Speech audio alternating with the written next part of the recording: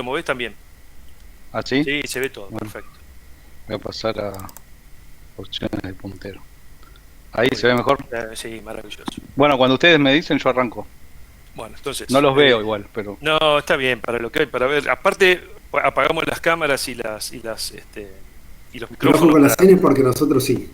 No, no, sí, sí, ya sé, tengo la luz que está prendida ahí. Si alguien quiere ir haciendo preguntas en el chat, después las levantamos ahí o abrimos el micrófono como hacemos habitualmente y hacemos la última parte con preguntas. Bueno, la cuestión es que este es el segundo seminario de este nuevo ciclo de 2021 que hemos denominado Ingeniero Víctor Saccheto en honor al querido compañero que nos ha abandonado, así que todo el año va a ser así. Y en esta oportunidad seguimos un poco con la línea fundacional del GMG, porque el primero estuvo a cargo de Luis, y en gran parte el responsable de que Luis se haya mudado a la UTN fue Martín.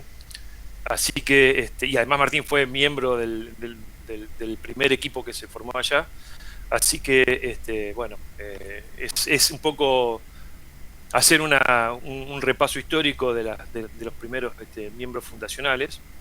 Ahora Martín ya no pertenece formalmente al grupo, sino que tiene pie ahí en ITEC, pero bueno, siempre sigue de cerca con colaboraciones y dando clases, siendo profesor en la UTN también, así que bueno, es parte de la casa. Así que bueno, Martín, todo tuyo, arranque y cuente lo que quiera. Bueno, gracias. Bueno, voy a empezar por lo de Ariel, antes Dale, antes de lo efectivamente. que yo quería. Pero bueno, la idea era charlar un poco sobre fractura hidráulica. Claramente que metemos presión en el subsuelo y tratamos de romper la roca para sacar petróleo. Entonces, tenía la intención de contarle un poco la historia de la fractura hidráulica y que no nació ahora con los no convencionales, con vaca muerta, que es lo más conocido en Argentina respecto a esto, sino que hace ya muchos años que se viene trabajando. Entonces, hacer una especie de historia de eso y terminar con algunas problemáticas actuales relacionadas a las discontinuidades mecánicas, que ya las vamos a tratar de definir, y su efecto sobre la propagación de fracturas hidráulicas, y algunos otros efectos también que suceden en la industria del petróleo y el gas, pero que también están apareciendo en otros campos como la geotermia o en el almacenamiento subterráneo de CO2, por ejemplo, eh, que tienen influencia de alguna manera en los proyectos de subsuelo. Entonces, antes de arrancar, como toda charla de petróleo, se arranca con el sistema petrolero como para tratar de interpretar por qué queremos hacer una fractura en el subsuelo para sacar hidrocarburos, y básicamente eso es así porque originalmente cuando se iba a sacar petróleo lo que se decía en la jerga era de encontrarle el agujero al mate, básicamente, y eso tenía que ver con el desarrollo convencional de hidrocarburos, y eso estaba básicamente en estructuras como esta que está acá en el centro. Básicamente, si esto es el subsuelo, tenemos una estructura, lo que se le suele llamar trampa, donde en tiempos geológicos el hidrocarburo que se generó en una roca generadora o roca madre, como es Vaca Muerta, en la cuenca neuquina, ese hidrocarburo migra a formaciones de alta permeabilidad y porosidad que tienen la capacidad de almacenar y hacer fluir al hidrocarburo, pero que quedan entrampados en una estructura como esta, donde la roca por arriba es una roca sello que no tiene permeabilidad, entonces no puede seguir subiendo hacia superficie el hidrocarburo. Entonces, en el desarrollo convencional de petróleo y gas, lo que se buscaba eran estas zonas. Esto significaba encontrar el agujero al mate, entonces uno ponía un pozo vertical acá y podía extraer fácilmente petróleo o gas sin problemas. Como pueden ver acá, estas zonas en el subsuelo no son amplias, si no tendríamos hidrocarburo en todos lados, y es más o menos complejo de encontrar, o sea, hay grandes trabajos exploratorios para encontrar zonas de entrampamiento de hidrocarburos donde pueda ser rentable la extracción por métodos convencionales. Como esto se va agotando, lo que se empezó a ver es que las rocas madres, las rocas generadoras de hidrocarburos, estas que se soterraron y tenían materia orgánica, y a través de la presión y la temperatura, a medida que se soterraban, esa materia orgánica se va convirtiendo en hidrocarburo. Esas tienen una extensión areal mucho más grande, o sea, como pueden ver acá, todo, solamente la trampa está acá, mientras que esta roca madre que está acá, que podría eventualmente ser Vaca Muerta, tiene una extensión mucho más amplia. Y hay petróleo aún que en el tiempo geológico, en nuestra vida, todavía no se ha expulsado de esta roca madre. Vaca Muerta, para que se dé una idea, tiene unos 30.000 kilómetros cuadrados. Entonces, lo que surgió en los últimos años es ir a buscar el hidrocarburo directamente a la roca madre, no esperar que se expulse o que haya los procesos de migración desde la roca que se generó hacia una trampa donde se pueda almacenar e ir a buscar por métodos convencionales, sino directamente ir a esta zona. Como acá faltan un montón de procesos que están en este sistema petrolero en general, o sea, falta el proceso de la migración, por ejemplo, al sistema petrolero que está compuesto solamente, por ejemplo, de la roca madre, que es lo que nosotros consideramos a Vaca Muerta, se lo llama sistema petrolero no convencional. Entonces de ahí viene el hecho de que los no convencionales, o Vaca Muerta como no convencional, es una fuente de extracción de petróleo. El problema de estos es que si bien hay una gran extensión de las rocas madres en general, la permeabilidad es extremadamente baja. Entonces, de ahí la necesidad de aplicar otras técnicas, también no convencionales, que permiten extraer el hidrocarburo de ahí. En Argentina el boom sucedió allá por el 2011 o 2012, donde el gobierno, la DOE, el Departamento de Energía de los Estados Unidos, puso a la cuenca neuquina como a Vaca Muerta en particular, a la cuenca neuquina en general, como una de las cuencas con potencial de extracción, de desarrollo de hidrocarburos no convencional, o de hidrocarburos a través de reservorios no convencionales o yacimientos no convencionales. Acá se puede ver, o sea, la cuenca neuquina acá, que tiene a Vaca Muerta como roca madre por excelencia, pero también hay otras, está Agrio, está Molles, o sea, hay varias rocas madres en esa cuenca. También tenemos la cuenca austral, por ejemplo, acá en la zona de la isla, donde por ejemplo está la formación Palermo-Aike, que también actúa como no convencional, como roca madre. De hecho, es la roca madre de varios de los pozos más productores del país, que son los de la serie Tobífera. Entonces, desde que el gobierno de los Estados Unidos puso a Vaca Muerta en la mira, casi toda la industria del petróleo en Argentina empezó a migrar de alguna manera hacia los no convencionales, y hoy ya hay un desarrollo bastante importante de eso.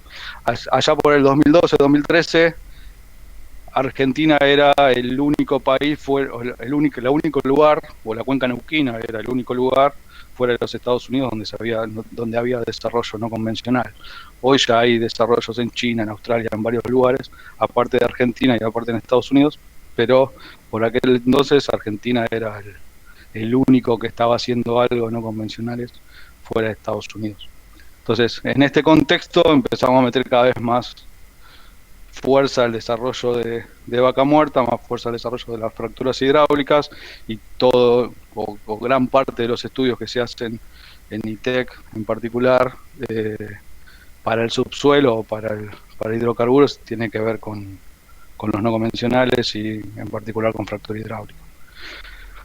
¿Qué pasa con esto? Es que, como les decía, si miramos a este gráfico en X como la magnitud del reservorio, el costo de desarrollo, los requerimientos tecnológicos para extraer petróleo o gas, hidrocarburo, y por el eje Y la factibilidad de producción o la calidad de reservorio o la permeabilidad, si uno quisiera, cuando los reservorios eran esos de las trampas y había arena, tipo los reservorios de los árabes, la calidad de reservorio es excelente, la permeabilidad es excelente, pero la magnitud del reservorio es extremadamente chico. Es muy difícil encontrar el agujero al mate, mientras que a medida que nos vamos hacia los reservorios no convencionales, obviamente la magnitud del reservorio aumenta, pero la facilidad de producir eso disminuye, o sea, la permeabilidad de los reservorios disminuye radicalmente. Varios órdenes de magnitud, desde los reservorios de muy buena calidad hacia los reservorios no convencionales, por ejemplo, del tipo tile o tipo shale, soil o gas como Vaca Muerta. Entonces necesitamos aplicar otras tecnologías, mayores tecnologías, mejores tecnologías de mayor costo para poder extraer estos petróleos o gases que están en este tipo de formación, pero es mucho más fácil encontrar. Sabemos que dentro de la cuenca neuquina está Vaca Muerta, mientras que no sabemos dónde de toda la cuenca neuquina eventualmente podría haber un buen reservorio de alta calidad para meter un pozo vertical. Entonces acá necesitamos mayores tecnologías y desde ese punto de vista empezó a aparecer la fractura hidráulica como una alternativa viable para esto. Hay otras tecnologías que no solamente son la fractura hidráulica, o sea, sin fracturas hidráulicas no podríamos obtener hidrocarburos de estas formaciones, pero tampoco sin pozos horizontales podríamos tenerlo, tampoco sin slick water, agua con muy baja fricción tampoco podríamos tenerlo. Hay un montón de tecnologías que se fueron desarrollando durante años que convergen a poder extraer hidrocarburos de las formaciones de muy baja permeabilidad. Entonces, ustedes miran, está bien, cómo hacen para sacar hidrocarburos de estas formaciones de varios órdenes de magnitud de permeabilidad menor. Entonces, la realidad es que cuando uno habla de la permeabilidad de la roca, habla de la permeabilidad de la matriz. Entonces, si uno agarra una roca o una piedra, que no me escuche ningún geólogo, la capacidad de hacer fluir en esto es extremadamente baja. Estas son unas coronas de Vaca Muerta, unos pedazos, unos testigos de roca de Vaca Muerta, es extremadamente bajo, pero si vemos en detalle, estas rocas están microfracturadas o fracturadas, entonces uno podría ver ya a escala de afloramiento o a escala de un SEM, que hay de alguna manera entre los poros que tiene la propia matriz, o también hay conectividad entre distintas redes de fracturas.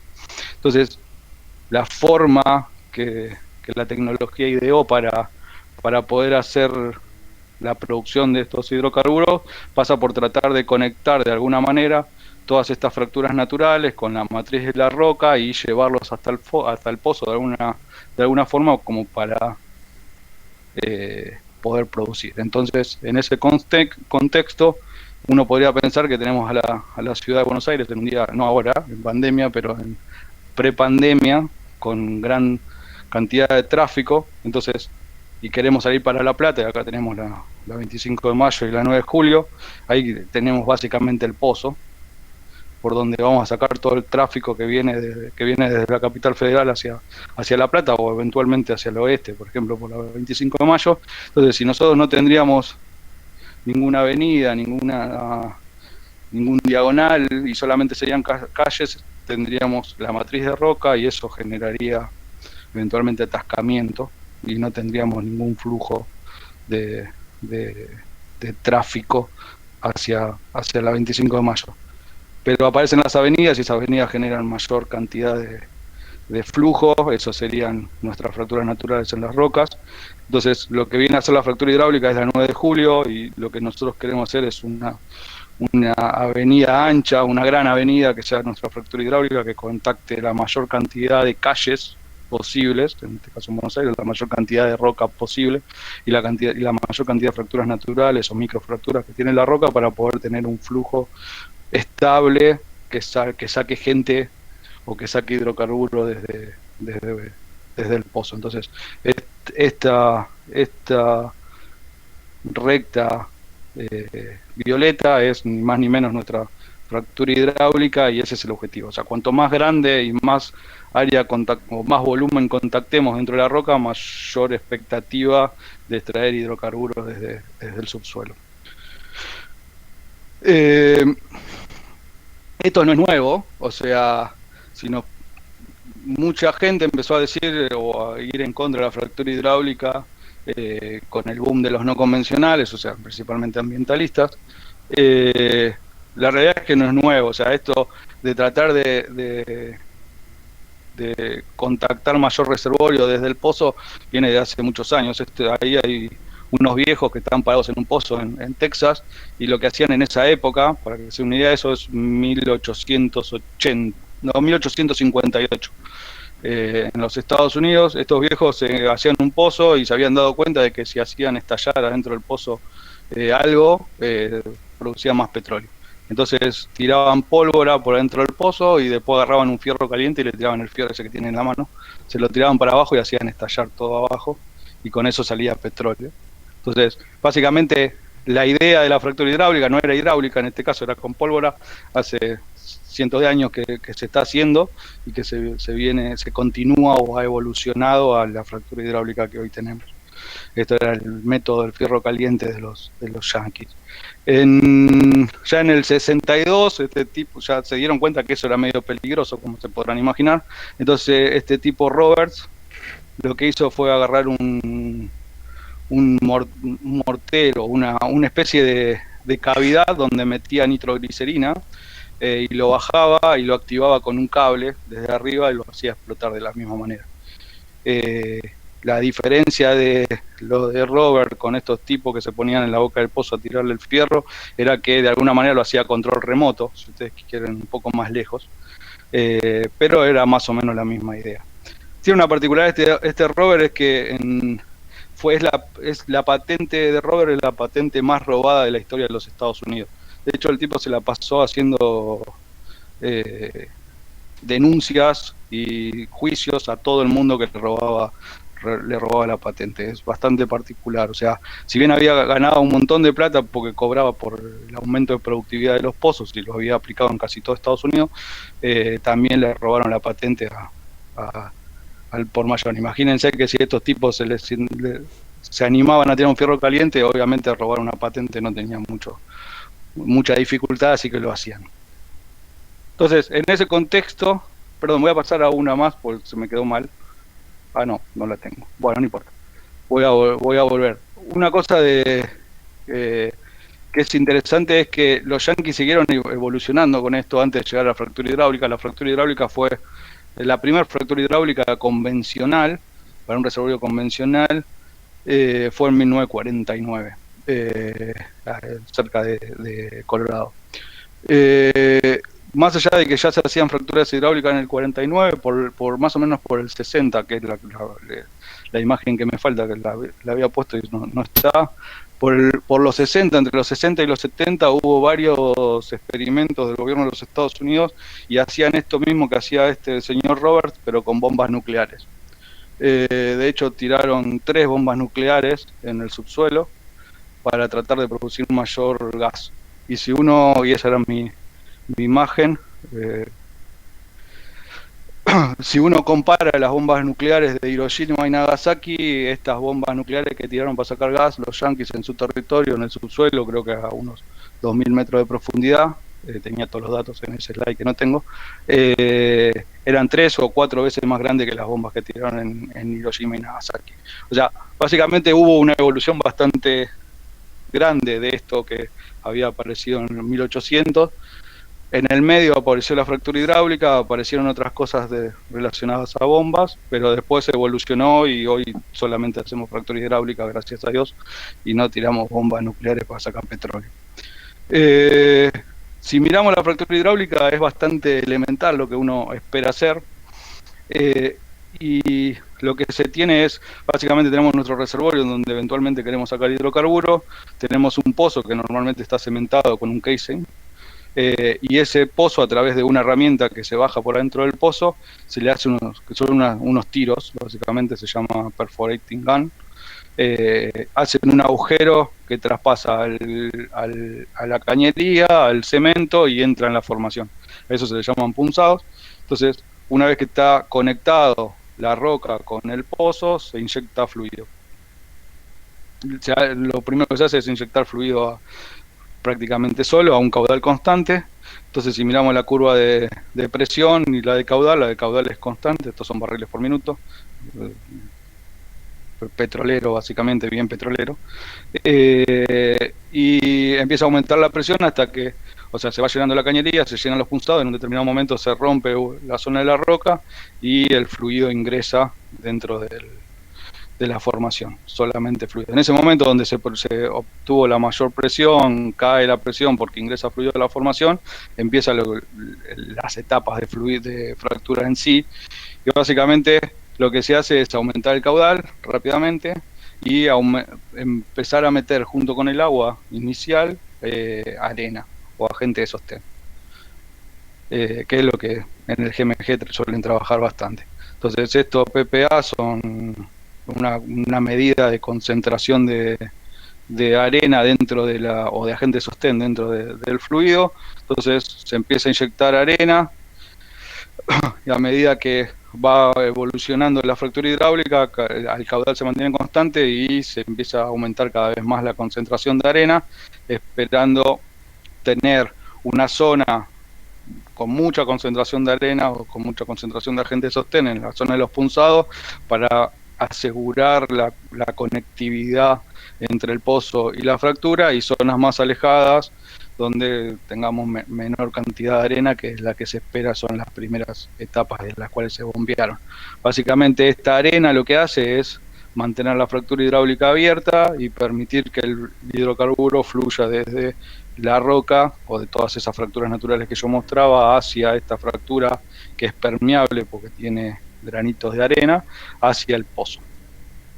Es importante, obviamente, la primera zona, o sea, porque nosotros podemos hacer la gran fractura hidráulica, pero si después no contactamos la zona del pozo con la fractura, perdemos conectividad en esta zona y la fractura ya es inservible. Entonces, por eso las mayores concentraciones son al finalizar la etapa de fractura. Entonces, básicamente esto es fractura hidráulica. Si decimos que se bombea arena casi todo y agua casi todo.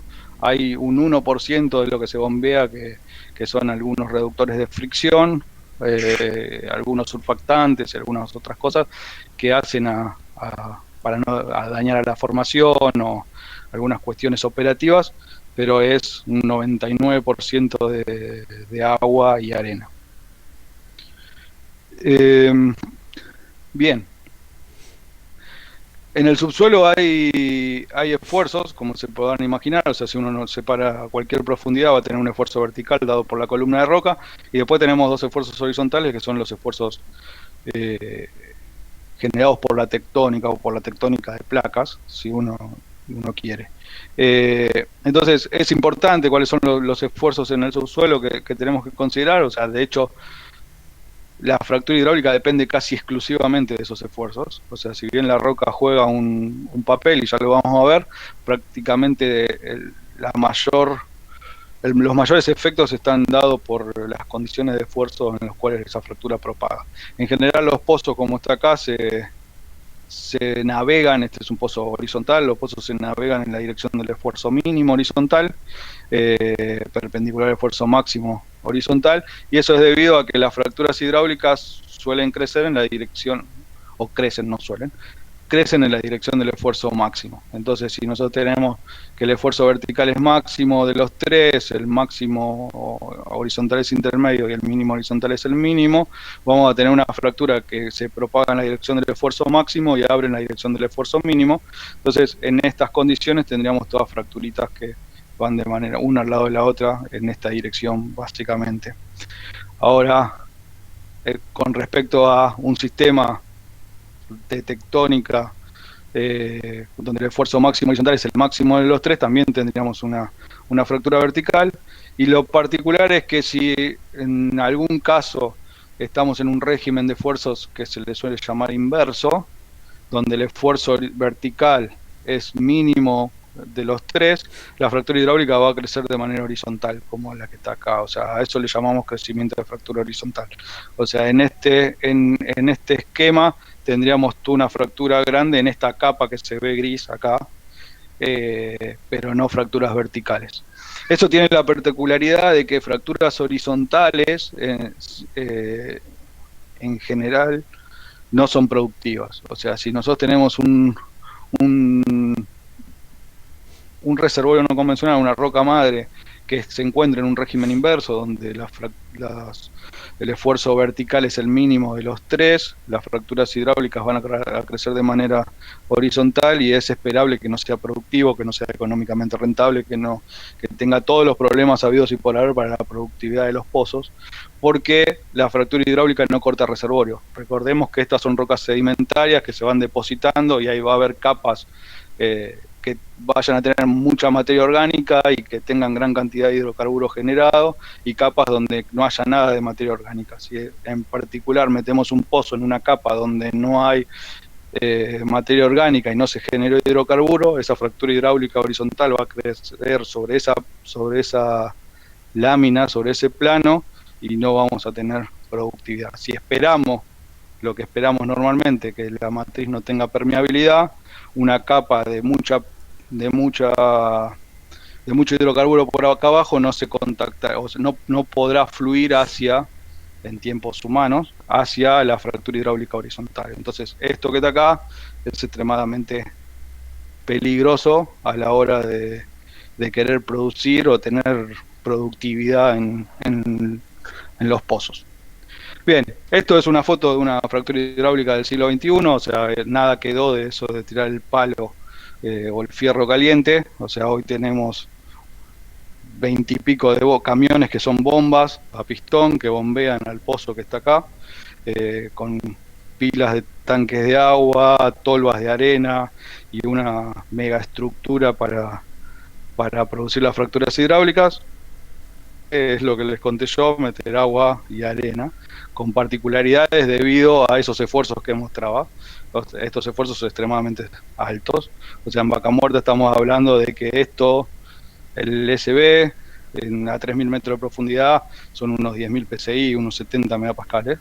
O sea, realmente hay que fracturar esto, y por eso se necesita un montón de bombas en paralelo. Acá estaba mal puesta. Para que vean que no les miento. Acá está el proyecto Gasbaggy, o Gasbaggy, no sé, en Carson, donde se tiraron las bombas atómicas. Se tiraron 3 de estas. Y esta es la primera fractura hidráulica en Duncan, en Colorado. Y acá está donde estaban la de Hiroshima, Nagasaki, y donde estaban las que habían tirado en estos... no, esta era de 29 kilotones. La de Nagasaki es de 21 kilotón. O sea que esta, que fue la más chiquita de las que tiraron los yanquis para sacar gas, estaba por acá en el medio de estas bombas. Hoy esto es como un parque nacional y lo monitorean.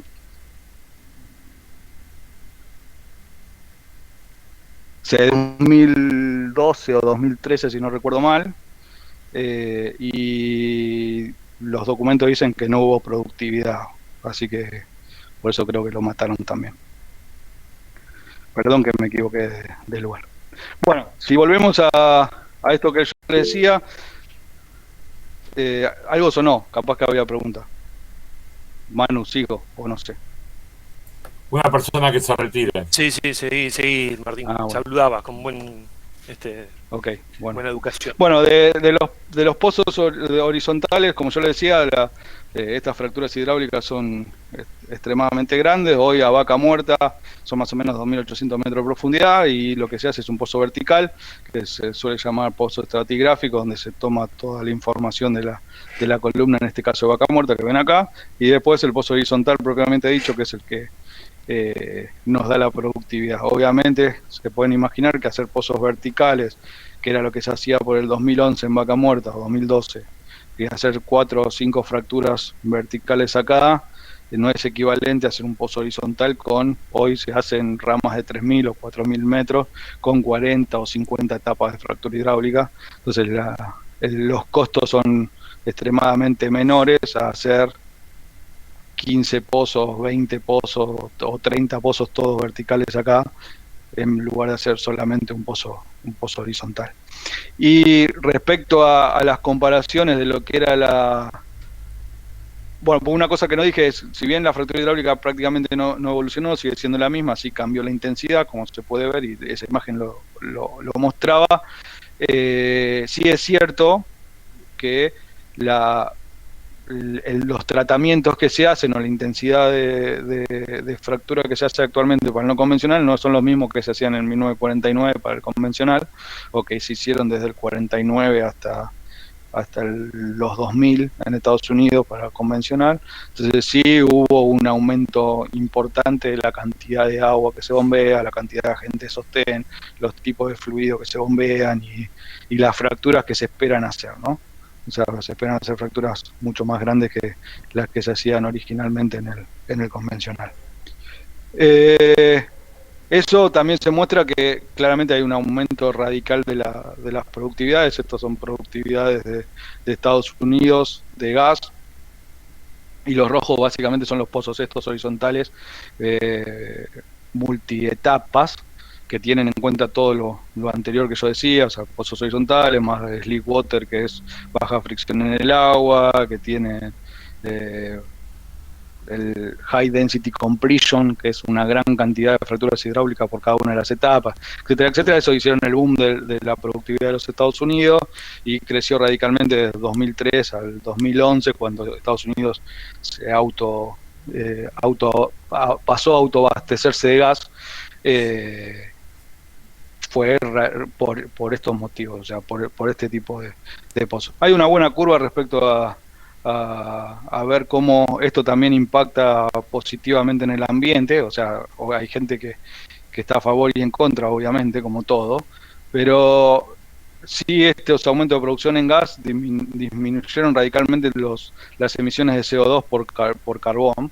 Entonces hay algunas curvas del gobierno de los Estados Unidos que muestran que a medida que se fue evolucionando en la tecnología de las fracturas hidráulicas, sacando cada vez más gas del no convencional, si bien eso tiene un impacto en el ambiente, por otro lado, las migraciones de uso de carbón a gas, que gas es mucho más limpio, mitigaron de alguna manera las emisiones de CO2, así que también por algún lado, si bien no es lo ideal, por algún lado ha ayudado. Hoy en día ya de hacer un pozo así solo y pelado en el medio de Vaca Muerta ya no es así. O sea, esto se ha hecho a lo que se conoce como nivel factoría, como se pueden imaginar. Antes había toda una artesanía de alguna manera, buscar ese agujero al mate que yo decía en una trampa de hidrocarburo. Hoy es meter pozos, básicamente, porque Vaca Muerta está, o sea, vos metés un pozo y vas a llegar. Entonces el desarrollo ya es masivo y es a nivel de bloque. Entonces de una locación se pueden sacar 6, 8, 10 o 12 pozos. En Argentina se están sacando hasta 8, si no recuerdo mal. Acá hay un ejemplo, o sea, acá hay una locación, se bajan pozos desviados hasta la zona de interés y de ahí se sacan pozos horizontales, en este caso 6 por cada locación, y se fracturan secuencialmente cada uno de esos pozos. Si miramos, y así quedaría más o menos sembrado de pozos de fractura hidráulica, sin mucho impacto en superficie, dado que todo sale de una misma locación, frente a que si uno quisiera poner pozos verticales, todos saldrían desde la superficie. Esto es una foto de Dallas Fort Worth, del aeropuerto de Dallas. Acá arriba, acá, si pueden ver, están todas las pistas de Dallas, y esto es una imagen del subsuelo. Fíjense en la cantidad de pozos de petróleo horizontales. Cada uno de estos puntitos es una locación de pozos, y las rectas son básicamente la dirección de cada uno de esos pozos. Fíjense en que está lleno de pozos abajo del aeropuerto de Dallas, prácticamente. Hay una minería de pozos infernal, aún abajo de las casas o hasta abajo de un aeropuerto de gran magnitud como es el aeropuerto de Dallas Fort Worth. Bien, todo esto es inyección de fluido en el subsuelo. Entonces, cuando se inyecta fluido pasan cosas en general. Entonces hay algunas cuestiones que hay que tener en cuenta, entre ellas la sismicidad inducida. Entonces, si uno piensa en sismicidad inducida, lo primero que piensa es un resorte con una masita, que básicamente si uno tira de este resorte, esto es física 1, no se va a mover hasta que la fuerza de fricción es superada. Entonces, lo que sucede básicamente es que empieza a tirar, empieza a haber un corte hasta un determinado momento, ahí aparece una fricción la fricción, perdón, no desaparece la fricción, sino que se vence la fricción, se produce un movimiento, el resorte se relaja de una manera, baja el esfuerzo de corte y otra vez vuelve a tirar. Cada vez que se desliza está esta relajación de alguna manera. Si lo miramos en la roca es más o menos lo mismo, pero la diferencia es que los esfuerzos no son esfuerzos totales, sino son esfuerzos efectivos, porque hay una presión poral. Entonces, si aumentamos la presión poral, o sea, si inyectamos fluido dentro del subsuelo, lo que estamos haciendo es bajar de alguna manera este límite de fricción, porque estamos, entre comillas, lubricando la zona. Entonces, al inyectar fluido, lo que puede pasar es que si hay alguna zona que está posible a deslizar, que es lo que pasa en los terremotos o en la sismicidad, podríamos generar que algo que está estable deje de estarlo, solamente por haberle inyectado fluido. Entonces, desde el punto de la fractura hidráulica y de otras tecnologías que inyectan fluido en el subsuelo, lo que puede pasar es reactivar fallas sísmicas que produzcan de alguna manera terremotos solamente por el efecto de aumentar la presión poral por la inyección del fluido. Eso ha pasado mucho en la industria del petróleo. De hecho hay evidencia de pilas de terremotos en varios lugares del mundo generados por la operación de alguna operación en el subsuelo.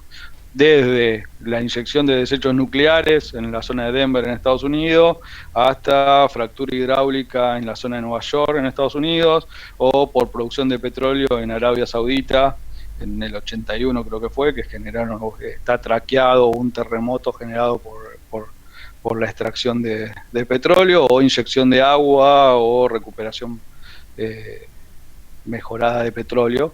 O sea, cualquier inyección de fluido en el subsuelo puede generar esto y generar un terremoto. Aún así, las que son ambientalmente buenas, o sea, supongamos inyección de CO2 para almacenamiento subterráneo de CO2 y llegar a 2050 con los objetivos mundiales de producción de CO2, eso es inyección de fluido. Esa inyección de fluido puede generar eventualmente terremotos y no ser buena. Entonces, todo lo que tenga que ver con inyección de fluido genera esto. Si es obviamente fractura hidráulica, le van a dar más, claramente, porque la fractura hidráulica ya no está bien vista, pero eventualmente podría ser el CO2, que sí está bien visto y puede generar problemas. Entonces, hasta acá era la historia de por qué llegamos a la fractura hidráulica, y ya igual me queda un poquito porque quería hablar de lo de Ariel. El problema son estas fallas, o sea, lo que llamamos discontinuidades. Entonces, de alguna manera necesitamos saber cómo esto se puede caracterizar, esas discontinuidades, esas fallas, y evitar distintos problemas. En la fractura hidráulica, tratar de evitar, por ejemplo, que esas discontinuidades actúen como canales de propagación o como generación de sismicidad inducida, o en proyectos de inyección de CO2 tratar de evitar problemas de terremotos y demás. Hubo esto en Estados Unidos. Fíjense que después si miramos la fractura hidráulica sola, a partir del 2011, que yo les mostraba que aparecían la gran cantidad de pozos horizontales, esto es la evolución del número de terremotos mayores a 3. Mayores a 3 es importante porque son los que la gente percibe, menores a 3 no percibimos. Entonces, mayores a 3, fíjense que del 2007, por ahí, 2008, empezó a aumentar radicalmente. Y entonces dijeron, opa, estamos haciendo mucha fractura hidráulica, es culpa de la fractura hidráulica. Pero si se lo pusieron a analizar, y en general no era un aumento radical de terremotos en los Estados Unidos, sino en ciertos lugares había aumentos de sismicidad, y en particular en Oklahoma. O sea, si en esa zona de Estados Unidos, si veían que había un aumento radical de terremotos. Entonces, si filtraban y sacaban a Oklahoma, más o menos la curva de terremotos original se mantenía más o menos constante, y aún otros lugares por ahí mismo también. Entonces, en definitiva, no es que todo Estados Unidos tiene mayor sismicidad y hay casos particulares. En Oklahoma en particular se dieron cuenta que inyectaban fluido, hacían fractura hidráulica, pero la fractura hidráulica no era la responsable, sino que el fluido que sacaban de la fractura hidráulica a posterior lo mandaban a una formación más profunda para deposición final. Y esa inyección de fluido para disposición final era la responsable de los terremotos, de la sismicidad inducida generada. O sea, no culpa de la fractura hidráulica directamente, sí indirectamente, porque era el agua de esas fracturas hidráulicas, pero que estaba reglamentado. O sea, el gobierno de los Estados Unidos decía no pueden disponer el agua en superficie, tienen que inyectarla nuevamente porque ustedes la mandaron a cierta profundidad y puede venir con contaminantes, entonces es necesario volver a inyectar. Se dieron cuenta que era esto y lo que hicieron fue prohibir la inyección en esa formación, bajaron a un 40% máximo y claramente los terremotos que se veían hasta el 2015 empezaron a disminuir y ya en el 2020 prácticamente no hay terremotos en Oklahoma generados o terremotos inducidos por esto. Eso bajó la curva radicalmente de los terremotos en los Estados Unidos y volvió toda la normalidad. Entonces hay que tener cuidado de cómo eso se analiza.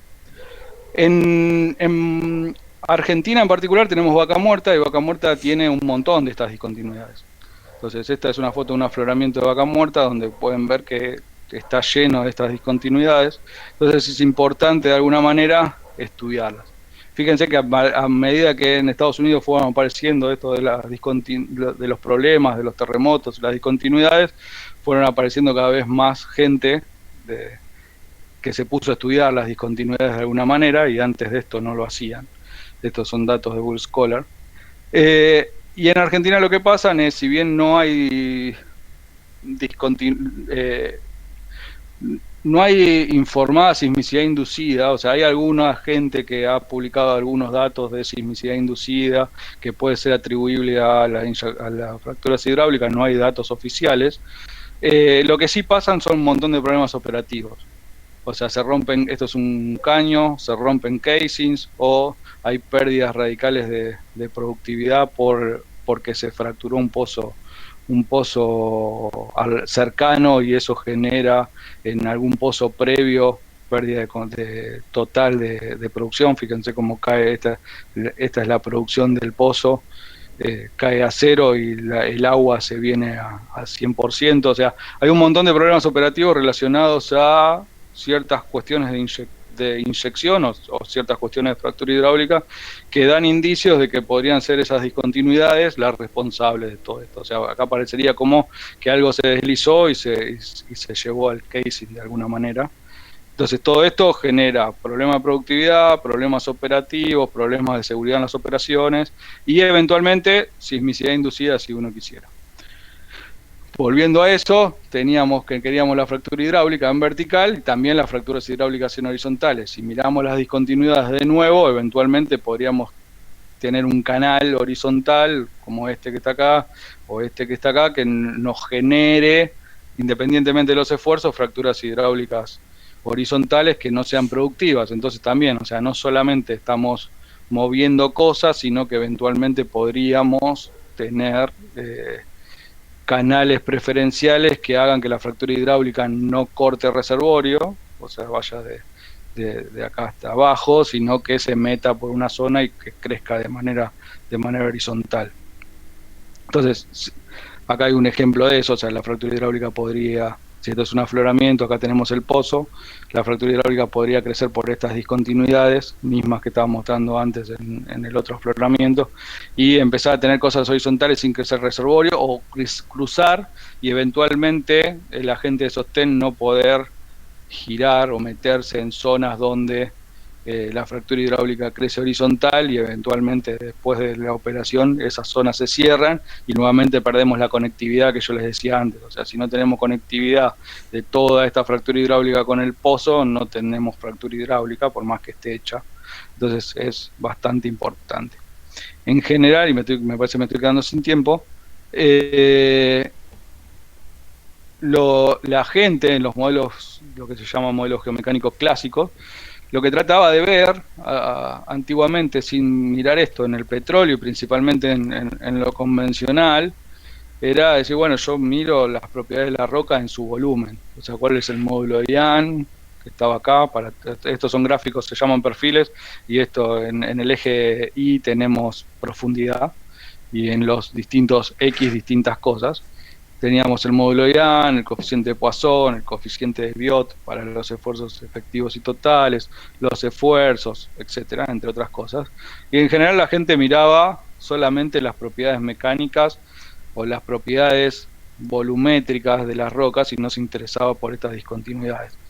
Hoy en día hay poca gente que se interesa aún por esas propiedades, pero están teniendo este impacto, o sea, están teniendo este impacto de la sismicidad, de la productividad, de la pérdida de casings, problemas operativos. Algunos otros miraban de alguna manera esas discontinuidades y empezaban a ver cambios litológicos, cambios bruscos de propiedades.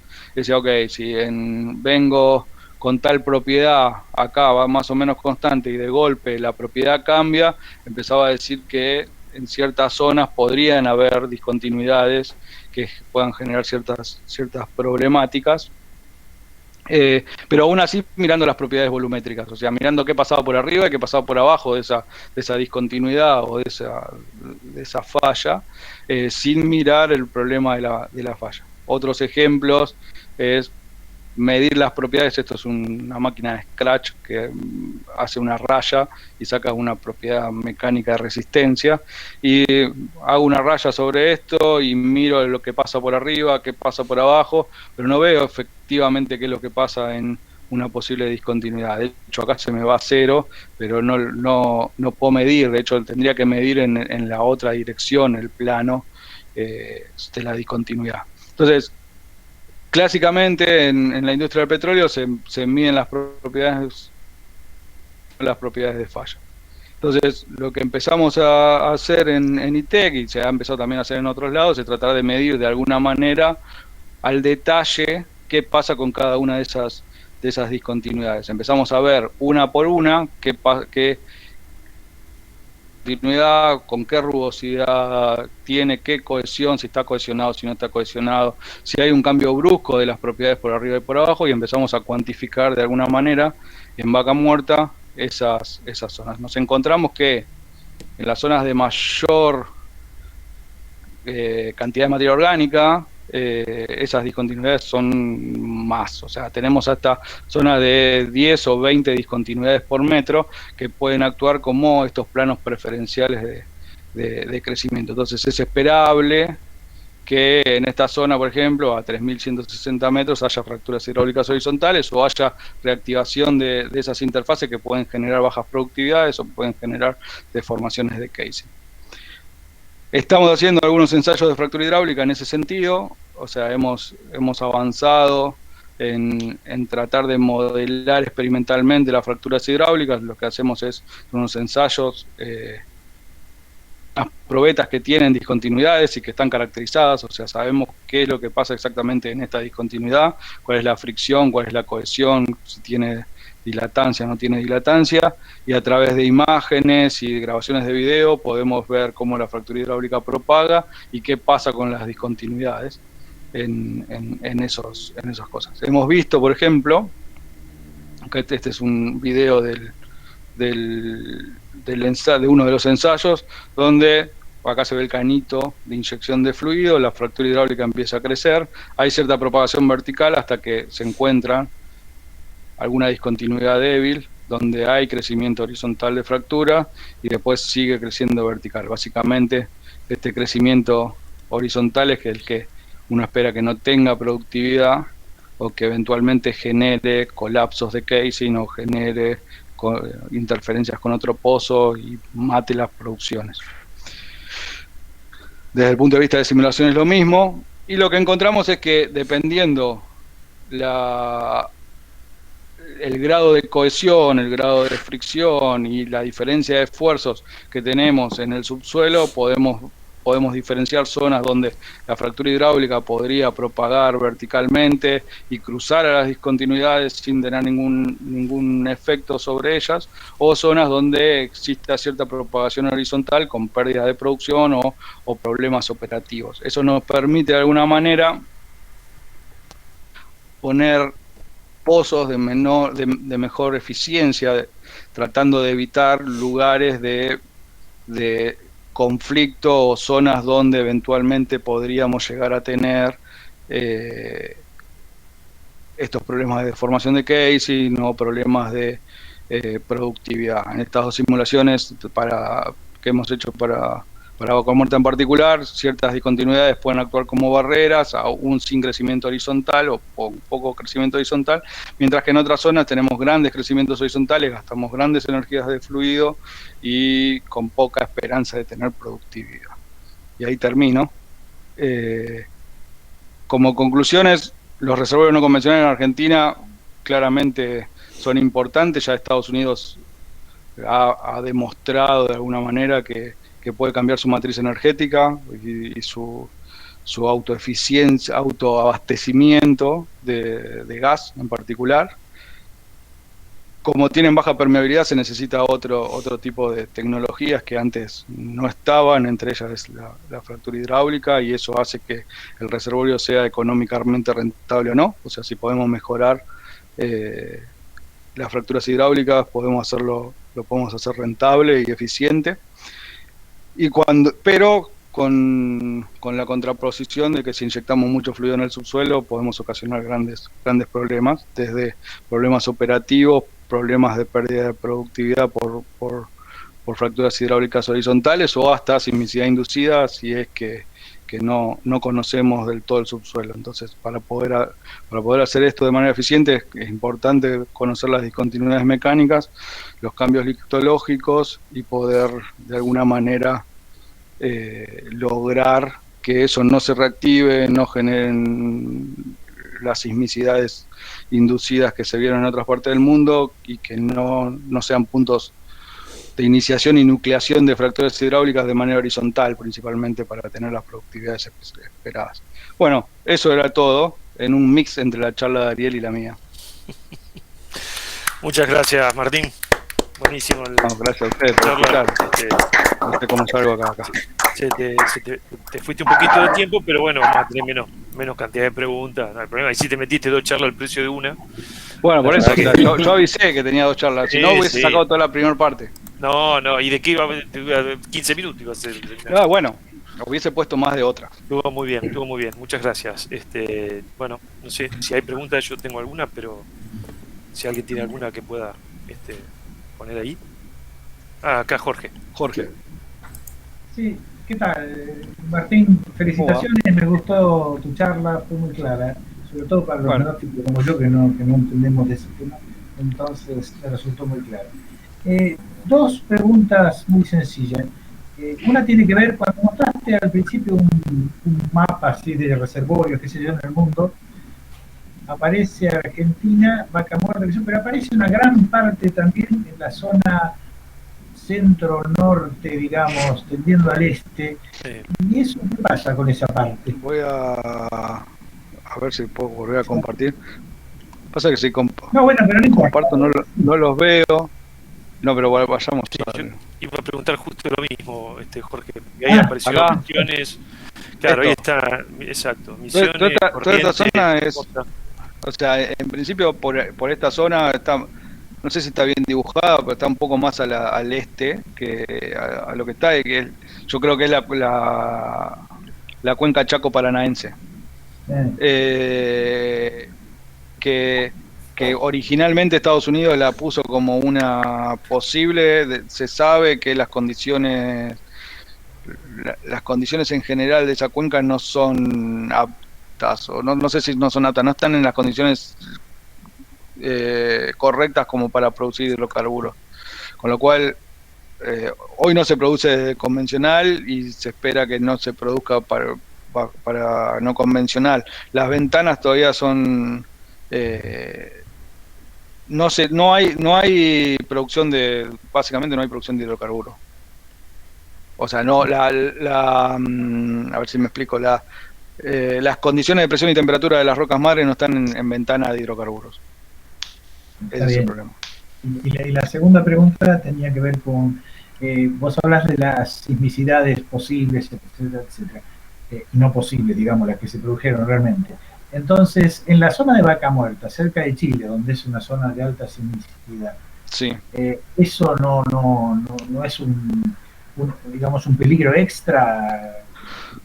O sea, hay zonas hay zonas y zonas. En general, más para el centro de Cuenca, no es muy fallada, la tectónica no es muy compleja, y las profundidades de Vaca Muerta no son extremadamente grandes como para tener un problema de sismicidad sumado al que ya tiene la tectónica particular del lugar.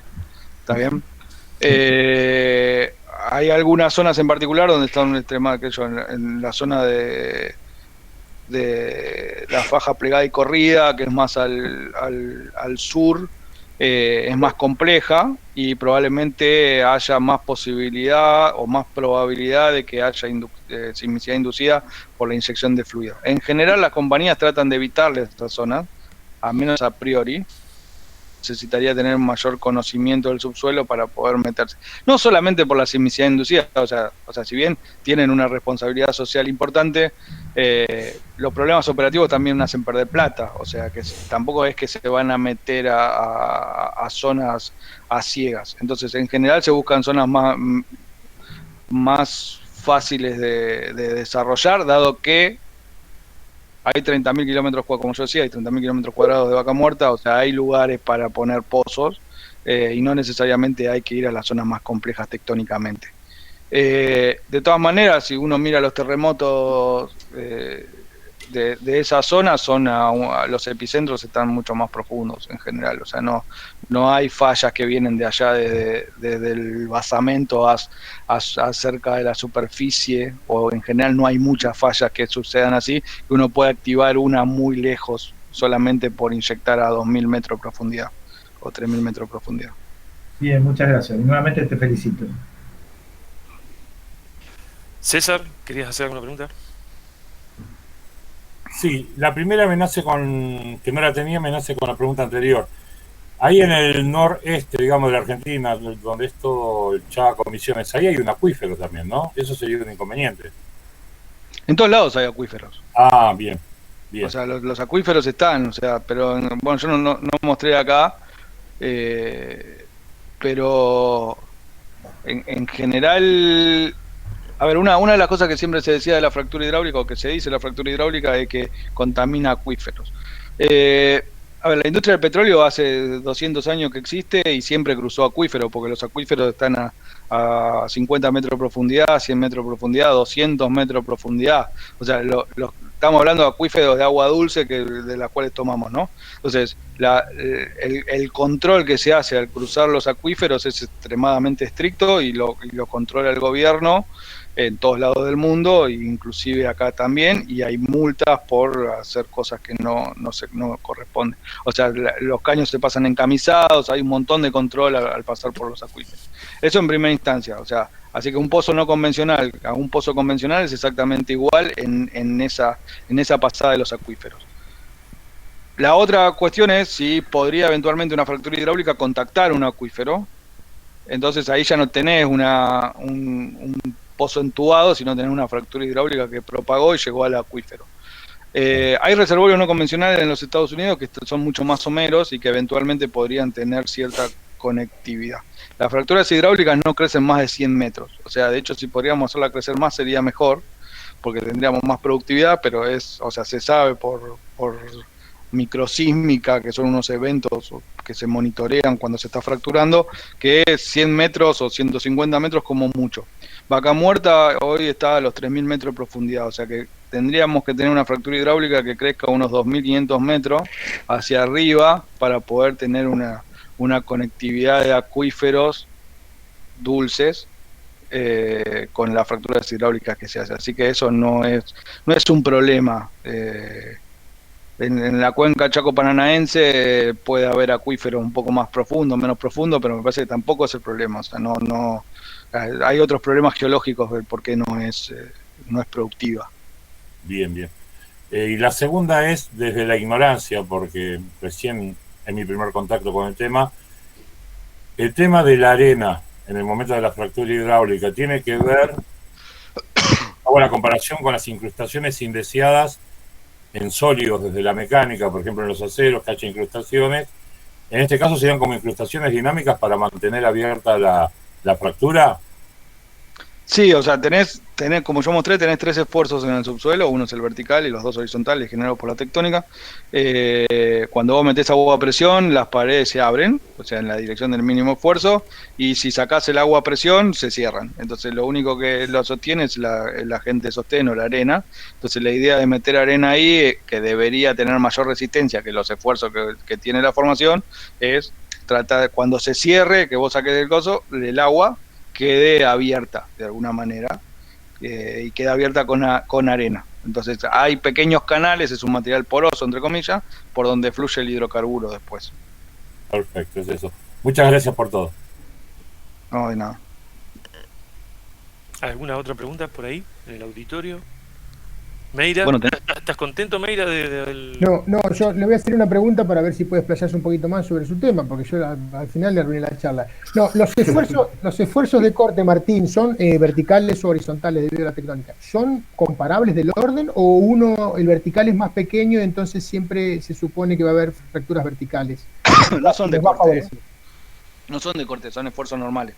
De hecho son normales y principales, porque el vertical entra, o sea, arriba de la superficie tenemos aire, con lo cual no te queda más que entrar vertical, o sea, el vertical es vertical, a esas profundidades, ¿no? O sea, si estamos en el centro de la Tierra quizás no es más vertical porque vemos la redondez de la Tierra, pero a 3.000 metros de profundidad vertical y se considera en todas las profundidades operativas como vertical, con lo cual los otros son ortogonales entre sí, son horizontales y principales. Entonces no tenemos esfuerzo de corte a priori sobre esos planos. Sí tenemos esfuerzo de corte si tenemos una discontinuidad en algún lado, entonces ahí sí es la que reactiva la discontinuidad y la que genera la sismicidad, un esfuerzo de corte. Respecto a que si son esos normales son iguales o no, depende es para otra charla, pero depende de la tectónica. Y hay 3 posibilidades que son las que mostré. O sea, pueden ser un régimen normal, ¿está bien? Que se da, es de extensión, se conoce como extensión, donde el esfuerzo vertical es el máximo, y eso sucede la dorsal centroatlántica, por ejemplo, que se genera roca y hay un esfuerzo extensivo que separa los continentes. Puede ser inverso, donde el esfuerzo vertical es mínimo, y eso donde están las fracturas hidráulicas horizontales, que por ejemplo en una zona de levantamiento de los Andes, por ejemplo, el esfuerzo vertical es mínimo, por eso se están levantando los Andes. De hecho la placa de Nazca se está metiendo abajo de la placa sudamericana, entonces con eso levanta los Andes. O sea, es esperable que en la zona de la cuenca neuquina estemos más para ese lado. O puede ser transcurrente, que la más famosa es la falla de San Andrés, la hollywoodense, básicamente, que es de corte, donde el esfuerzo vertical es el intermedio. Esas son las 3 posibilidades. En eso podés variar la magnitud de los esfuerzos y pasar o estar muy cerca uno de otro o muy lejos. ¿Está bien? Si hablamos de Vaca Muerta en particular, el esfuerzo vertical es el intermedio, está en un régimen transcurrente, de manera general, con algunas zonas de régimen inverso, generado por la tectónica de los Andes, donde el esfuerzo vertical es mínimo. Y en general, el esfuerzo horizontal máximo es bastante más grande, un 30 o un 40% más grande que los otros dos, mientras que el esfuerzo vertical y el mínimo horizontal están muy cerquita. O sea, es como que están compitiendo entre convertirse en un sistema inverso donde el vertical es mínimo o mantenerse en un sistema transcurrente donde el vertical es el intermedio. No sé si contesté la pregunta. Sí, bastante bien. Porque lo que estaba pensando es si vos con la estimulación hidráulica, con pulsos o alguna cosa dinámica, podés favorecer de alguna forma la propagación de la fractura. No, en general no. O sea, lo define la tectónica. O sea, y aparte son esfuerzos grandes en general. Sí podés cambiar entre uno y otro en vaca muerta, que era lo que yo quería decir, o sea, podés cambiar de una a otra solamente con estas discontinuidades. Como estás muy en el límite, en algún punto no sabes si seguir creciendo en vertical o meterse en horizontal, porque capaz que meterse en horizontal gasta menos energía si no tiene cohesión. O sea, si le es fácil abrir sin cohesión la discontinuidad, quizás se puede meter horizontal, pero por la particularidad de que el esfuerzo vertical y el mínimo son casi iguales. O sea, pero nada más. O sea, si no, en Estados Unidos, en Barnett, por ejemplo, es un régimen normal, el esfuerzo vertical es el máximo y está como 20% más arriba. Y entre el mínimo y el máximo hay otro 20%. Entonces la fractura hidráulica siempre crece igual. O sea, no importa qué haya en el medio, siempre va por donde tiene que ir. Listo, gracias Martín. Entonces ya tenés una fecha para el año que viene para contar tu charla. No, no soy geólogo. Recuerden que soy un ingeniero mecánico devenido en geólogo, pero ingeniero mecánico. Sin duda uno de los máximos exponentes de ahí Santiago tiene una pregunta. Graduados. Santiago. Sí, ¿qué tal Martín? Muchas gracias por la charla. Muy linda. Nada. Quería preguntar la magnitud absoluta de las discontinuidades. Digamos, para tener una idea, qué tanto espesor tenían dentro de la roca. A ver, ¿qué es magnitud? Me refiero en tamaño metros, centímetros, como para tener una idea de... Las discontinuidades son es una superficie en general. O sea, es como que vos agarres un pedazo de acero y que tengas un tocho de acero y al lado le pongas otro tocho de acero y la unión no está pegada con plasticola. Esa es una discontinuidad. O sea, en general es un volumen contra otro volumen. ¿Está bien? Si pensamos en las discontinuidades que son subhorizontales, que son esas que yo mostré en los afloramientos, en general están generadas por la deposición de la roca. O sea, es una roca sedimentaria, se depositan sedimentos, eso se profundiza y después se deposita otro sedimento. Después hubo una erupción volcánica y cayó en el mar, que era Vaca Muerta, la cuenca neuquina en aquel momento, cayó en el mar ceniza, entonces esa ceniza se depositó y formó una capa de ceniza y después pasó otra cosa y así sucesivamente. Entonces cada uno de esos cambios litológicos que es dos materiales distintos, uno por arriba y otro por abajo. Entonces ahí puede estar pegado con plasticola o pegado con cemento o directamente no pegado. Esas son discontinuidades, ¿está bien? Entonces en general tienen una extensión areal muy grande, pero sin espesor, porque es solamente una unión.